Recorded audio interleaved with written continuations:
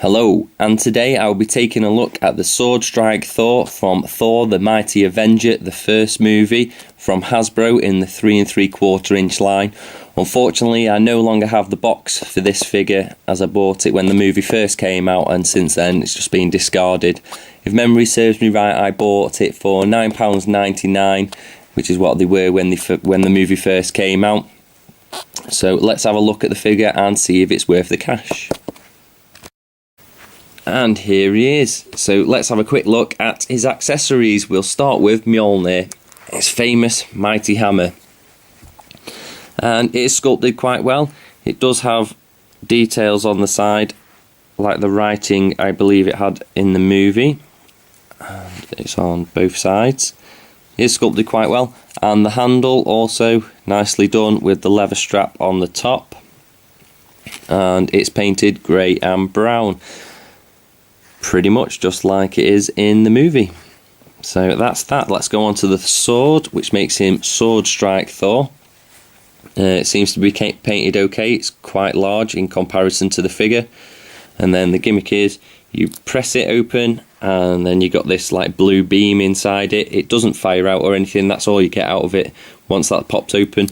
These do come off. Whether you wanted to just use it as some little crappy sword like that, I don't know, but that's just going to go in the box that you don't use with any of your figures at all. So let's actually look at the figure.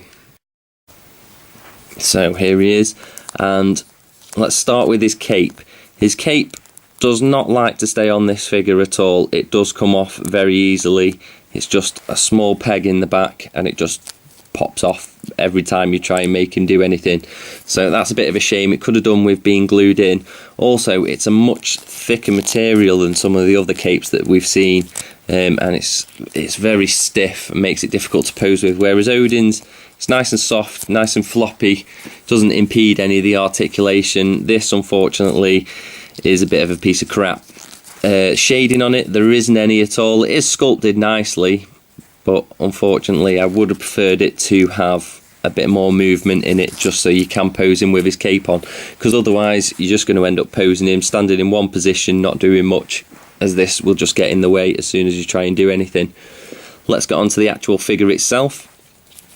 The hair seems to be sculpted quite well, all around the front and the back. He does have a beard.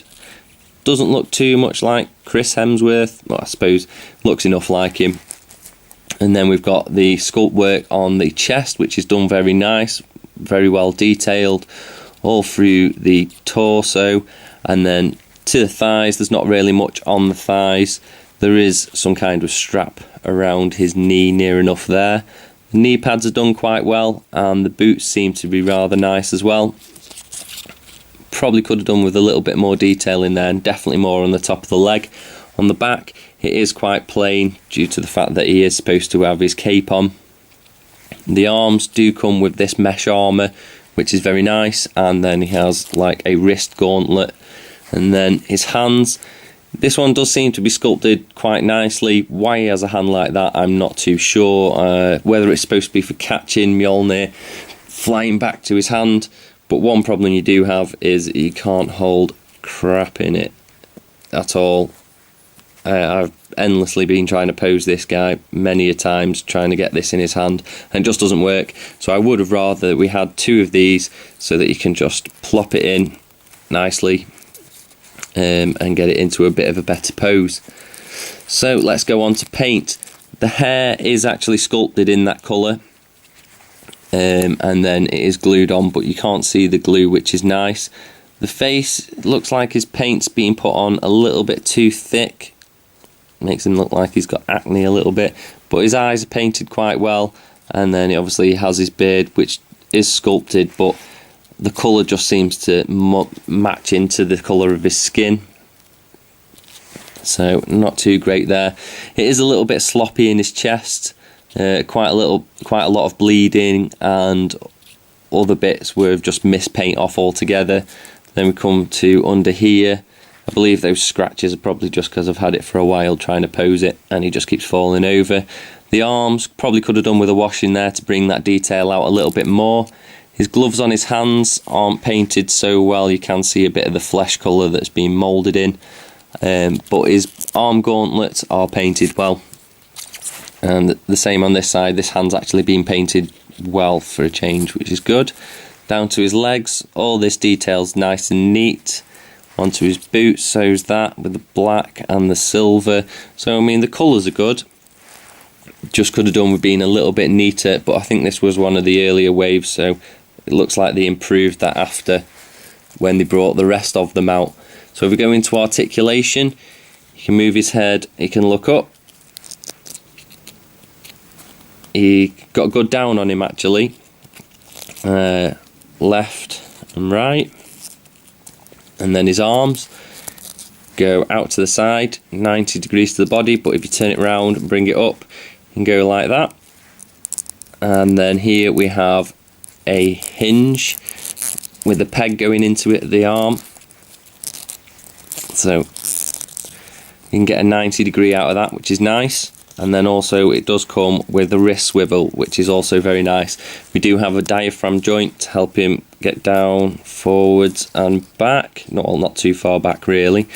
And then down to the legs, we have ball hinges here, but unfortunately we can't get them out to the side very much due to this little skirt that he seems to have on his jacket. So unfortunately that won't come out, and that is moulded in like very hard plastic, so that's not going anywhere.